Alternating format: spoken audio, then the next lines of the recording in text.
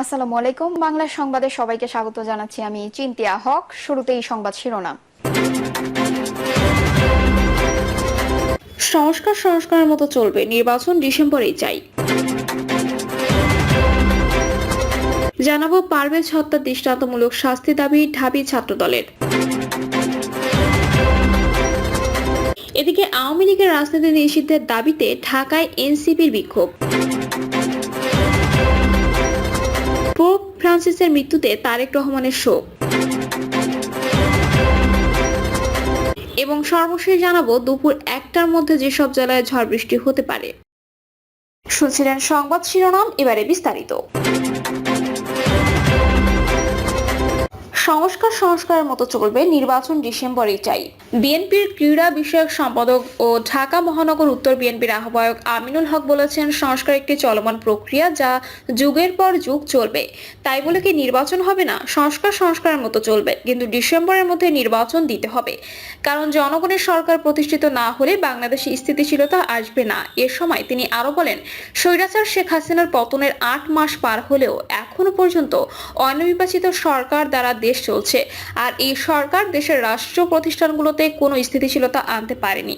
কারণ রাষ্ট্রের প্রত্যেকটি জায়গাতে স্বৈরাচারের দোসররা বসে আছে, যার ফলে দেশে অস্থিতিশীল পরিস্থিতি বিরাজমান। সুতরাং সবকিছু স্বাভাবিক এবং স্বৈরাচার শেখ হাসিনার বিচারের জন্য দেশে নির্বাচন দরকার। নির্বাচন প্রসঙ্গে বর্তমান সরকারের একটি মহলকে ইঙ্গিত করে আমিনুল হক বলেন, এই সরকারের কারো মধ্যে ক্ষমতার মোহ লেগে বসেছে, তাই তারা অনির্বাচিত অবস্থায় স্বৈরাচারের মতো ক্ষমতায় থাকতে চায়, যা এদেশের মানুষ কখনো মেনে নেবে না। এদেশের সবচেয়ে জনপ্রিয় দল বিএনপি, তাই নির্বাচন দিলে বিএনপি ক্ষমতায় আসবে। এটা অন্তর্বর্তী সরকারের একটি মহল বুঝে গেছে, তাই তারা ষড়যন্ত্র করছে। অন্তর্বর্তী সরকার ও নাম উল্লেখ না করে একটি গোষ্ঠীকে উদ্দেশ্য করে বিএনপির এই কেন্দ্রীয় নেতা বলেন, ভুলে যাবেন না, আপনারা যদি দুর্নীতি করেন, আপনারা যদি অপরাধী হন, আপনাদেরও বিচার এই বাংলাদেশের মাটিতে হবে। আপনারাও কিন্তু ছাড় পাবেন না। আমিনুল হক বলেন, গত 15 বছরের ক্ষোভ 5ই আগস্টে মানুষ প্রকাশ করেছে। সেখানে মানুষের মূল আকাঙ্ক্ষা ছিল ভোট দিতে পারে নাই। মানুষ চায় গণতন্ত্র এবং ভোটাধিকার। পারভেজ হত্যায় দৃষ্টান্তমূলক শাস্তি দাবি ঢাবি ছাত্রদলের। টাইম এশিয়া ইউনিভার্সিটির পারভেজ হত্যায় দৃষ্টান্তমূলক শাস্তি দাবি করে ঢাকা বিশ্ববিদ্যালয় শাখা ছাত্রদলের সভাপতি গণেশ চন্দ্র রায় সাহস বলেছেন, আমরা যারা রাজনীতি করি তাদের কাজ হলো, সাধারণ শিক্ষার্থীরা একেবারে রাজনীতি বিমুখ হলে একটা দেশ গণতান্ত্রিক পন্থায় চলতে পারে না। তাই আমরা তাদের সোচ্চার করব, আমরা লিফলেট বিতরণ করব, আড্ডা গানে তাদেরকে বোঝাতে সক্ষম হব। সোমবার দুপুর 1টায় ঢাকা বিশ্ববিদ্যালয়ের সন্ত্রাস বিরোধী রাজু ভাস্কর্যের পাদদেশে বেসরকারি প্রাইম এশিয়া বিশ্ববিদ্যালয়ের ছাত্র জাহিদুল ইসলাম পারভেজের হত্যাকাণ্ডে জড়িতদের দ্রুত গ্রেপ্তার এবং দৃষ্টান্তমূলক শাস্তির দাবি মানববন্ধন করেছে ছাত্রদল ঢাকা বিশ্ববিদ্যালয়ের শাখা। এর সময় তিনি এসব কথা বলেন। মানববন্ধনের গণেশ চন্দ্র রায় সাহস বলেন, ছাত্রদল বাংলা সিনেমা শাবানা না যে 2.5 ঘন্টার একটা সিনেমা শাবানা কষ্ট করে দুঃখ করে, কিন্তু যখন শাবানার ভালো সময় আসে, প্রতিশোধ নেওয়া লাগবে, তখন কিন্তু সে ক্ষমা করতে চায়। তিনি বলেন, ছাত্রদলের সামনের সারির নেতৃত্ব যদি আগামীতে কোনোভাবে আহত হয়, নিহত হয়, আমরা বাংলা সিনেমা শাবানার মতো আচরণ করতে পারবো না। ওগো, এদের ক্ষমা করো, আমরা ক্ষমা করতে পারবো না। আমাদেরও রক্ত গরম হয়, আমাদেরও শরীর গরম হয়। গণেশ বলেন, বৈষম্য বিরোধী ছাত্র আন্দোলন ছিল একটি কমন প্ল্যাটফর্ম, কিন্তু এই বৈষম্য বিরোধী ছাত্র আন্দোলনের ব্যানারকে কলুষিত করছে কারা, এটা আমাদের প্রশ্ন। যারা এই প্ল্যাটফর্মের সামনে রেখে মব সৃষ্টি করে বাংলাদেশকে অগণতান্ত্রিক পন্থা দিকে ঠেলে দিচ্ছে, তাদের হুঁশিয়ারি উচ্চারণ করে দিতে চাই। আজ থেকে ছাত্রদল বৈষম্য বিরোধী ছাত্র আন্দোলন নয়, এটিকে বৈষম্যমুখী ছাত্র আন্দোলন বলবে।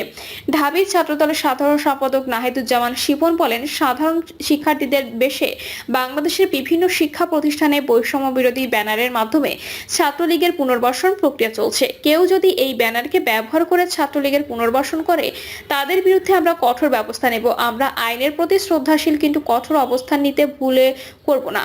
ছাত্রদলের এই সাধারণ সম্পাদক বলেন, বেসরকারি বিশ্ববিদ্যালয়ের মেধাবী ছাত্র নেতাকে শিক্ষা প্রতিষ্ঠান প্রাঙ্গণে নির্মমভাবে হত্যার মধ্য দিয়ে 5ই আগস্ট পূর্ববর্তী সন্ত্রাসের রাজত্বকে পুনরায় ফিরিয়ে আনার অপচেষ্টা চলছে। মানববন্ধন কর্মসূচিতে আরো বক্তব্য রাখেন ঢাকা বিশ্ববিদ্যালয় ছাত্রদলের সহ সভাপতি আনিসুর রহমান খন্দকার অনিক, যুগ্ম সাধারণ সম্পাদক নাসির উদ্দিন শাওন প্রমুখ। আওয়ামী লীগের রাজনীতি নিষিদ্ধের দাবিতে ঢাকায় এনসিপির বিক্ষোভ। আওয়ামী লীগের বিচার ও দলটির রাজনৈতিক কার্যক্রম নিষিদ্ধ এবং সংস্কার ও গণপরিষদ নির্বাচনের দাবিতে রাজধানীতে বিক্ষোভ মিছিল করেছে জাতীয় নাগরিক পার্টি এনসিপির বৃহত্তর মোহাম্মদপুর জোন। বিকেল 5টায় মোহাম্মদপুর এই বিক্ষোভ মিছিল অনুষ্ঠিত হয়। এনসিপির কেন্দ্রীয় যুগ্ম সদস্য সচিব আকরাম হোসেন সভাপতিত্বে ও কেন্দ্রীয় সংগঠক এম সোয়াইবের সঞ্চালনায় বিক্ষোভ মিছিলের আগে সমাবেশ হয়। মিছিল পূর্ব সমাবেশে আকরাম হোসেন বলেন, গণঅভ্যুত্থানের 8 মাস পরেও এখনো পর্যন্ত জুলাই অভ্যুত্থানে শহীদ ও আহতদের নামে সরকারি গেজেট প্রকাশ করা হয়নি, যা খুবই দুঃখজনক। প্রশাসনের আড়ালে এখনো আওয়ামী লীগকে পুনর্বাসন করার পায়তারা করা হচ্ছে, যা এই অভ্যুত্থান পরবর্তী বাংলাদেশের জনগণের সঙ্গে প্রত্যক্ষ গাদ্দারি।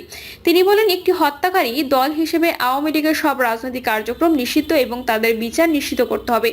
এই সন্ত্রাসী সংগঠনের কোনো প্রকার পুনর্বাসনের চেষ্টা করা হলে মুক্তিকামী ছাত্র জনতা রুখে দেবে বলে হুঁশিয়ারি দেন তিনি।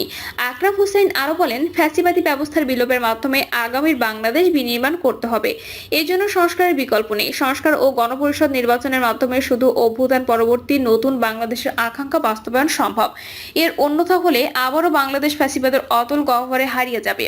কেন্দ্রীয় যুগ্ম সদস্য সচিব সালেউদ্দিন সিফাত বলেন, আওয়ামী লীগ কোনো গণতান্ত্রিক রাজনৈতিক সংগঠন না, এটি একটি ফ্যাসিবাদী ও মাফিয়া দল, যারাই এখন এই দলকে নতুন বাংলাদেশের রাজনীতিতে প্রাসঙ্গিক করার প্রয়াস চালাচ্ছেন। তাদের মাথায় রাখতে হবে, আওয়ামী লীগের বিরুদ্ধে জনরায় ঘোষিত হয়েছে 36শে জুলাইয়ে। এম সোয়াইব বলেন, আওয়ামী লীগ একটি গণহত্যাকারী দল। দিল্লির প্রেসক্রিপশন বাস্তবায়ন করাই ছিল তাদের সাংগঠনিক কার্যক্রম। বিশ্বের যেমন ভালো বিষ বা খারাপ বিষ বলে কিছু নেই, তেমনি আওয়ামী লীগেরও ভালো লীগ বা মন্দ লীগ বলে কিছু নেই। তাদের একটাই পরিচয়, গণহত্যাকারী লীগ। অবিলম্বে তাদের সব সাংগঠনিক কার্যক্রম নিষিদ্ধ এবং দল হিসেবে তাদের বিচার ও নিবন্ধন বাতিলের দাবি জানান তিনি। পোপ ফ্রান্সিসের মৃত্যুতে তারেক রহমানের শোক। পোপ ফ্রান্সিসের মৃত্যুতে গভীর শোক প্রকাশ করেছেন বিএনপির ভারপ্রাপ্ত চেয়ারম্যান তারেক রহমান। পোস্টে তারেক রহমান বলেন, আমি পোপ ফ্রান্সিসের মৃত্যুতে গভীরভাবে শোকাহত। তিনি একজন শ্রদ্ধেয় আধ্যাত্মিক নেতা, যার জীবন শান্তি ও আন্তঃধর্মীয় সংলাপ গড়ে তোলার জন্য করুণা, নম্রতা এবং অক্লান্ত প্রচেষ্টার উদাহরণ। তার নৈতিক স্পষ্টতা এবং সব মানুষের মর্যাদার প্রতি অটল অঙ্গীকার তাকে সব ধর্ম ও জাতির মানুষের শ্রদ্ধা ও প্রশংসা এনে দিয়েছে। তিনি আরো বলেন, বিএনপি ও বাংলাদেশের জনগণের পক্ষ থেকে আমি বিশ্বের ক্যাথলিক সম্প্রদায় এবং এই মহান ক্ষতির জন্য শোকাহত সবার প্রতি গভীর সমবেদনা জানাই। পোপ ফ্রান্সিসের উত্তরাধিকার আগামী প্রজন্মকে অনুপ্রাণিত করে চলবে। বিশ্বের ক্যাথলিক খ্রিস্টান ধর্মের সর্বোচ্চ নেতা পোপ ফ্রান্সিস 88 বছর বয়সে ভ্যাটিকানের কাসা সান্তা মার্তায় নিজ বাসভবনে তিনি মারা যান। এদিকে মস্তিষ্কে রক্তক্ষরণ ও হৃদরোগে আক্রান্ত হয়ে পোপ ফ্রান্সিসের মৃত্যু হয়েছে বলে জানিয়েছেন ভ্যাটিকান। এছাড়া মৃত্যুর আগে পোপ কোমায় চলে গিয়েছিলেন বলেও তার মৃত্যু সনদে উল্লেখ করা হয়েছে। দুপুর 1টার মধ্যে যেসব জেলায় ঝড় বৃষ্টি হতে পারে। দুপুর 1টার মধ্যে দেশের 3 জেলার উপর দিয়ে ঘন্টায় 60 কিলোমিটার বেগে ঝড় বয়ে যেতে পারে। সারা দেশে দিন ও রাতের তাপমাত্রা প্রায় অপরিবর্তিত থাকতে পারে বলে জানিয়েছেন আবহাওয়া অধিদপ্তর। ভোরে দেশের অভ্যন্তরীণ নদী বন্দরের জন্য দেওয়া সতর্ক বার্তায় এ তথ্য জানানো হয়। আবহাওয়াবিদ মোহাম্মদ ওমর ফারুকের সই করা বিজ্ঞপ্তিতে বলা হয়, রংপুর, ময়মনসিংহ এবং সিলেট অঞ্চলগুলোর উপর দিয়ে পশ্চিম অথবা উত্তর পশ্চিম দিক থেকে ঘন্টায় 45 থেকে 60 কিলোমিটার বেগে অস্থায়ীভাবে দমকা ঝোড়ো হাওয়া সহ বৃষ্টি বা বজ্রবৃষ্টি হতে পারে। এসব এলাকায় নদীবন্দরগুলোকে 1 নম্বর সতর্ক সংকেত দেখাতে বলা হয়েছে। এদিকে আবহাওয়া অধিদপ্তরের সর্বশেষ পূর্বাভাসে বলা হয়েছে, সোমবার সন্ধ্যা 6টা থেকে পরবর্তী 24 ঘন্টায় ময়মনসিংহ ও সিলেট বিভাগের কিছু কিছু জায়গায় এবং রংপুর, রাজশাহী, ঢাকা ও চট্টগ্রাম বিভাগের 2-1 জায়গায় অস্থায়ীভাবে দমকা হাওয়া সহ বৃষ্টি বা বজ্রবৃষ্টি হতে পারে। এছাড়া দেশের অন্যত্র অস্থায়ীভাবে আংশিক মেঘলা আকাশ সহ আবহাওয়া প্রধানত শুষ্ক থাকতে পারে। সারা দেশে দিন এবং রাতের তাপমাত্রা প্রায় অপরিবর্তিত থাকতে পারে।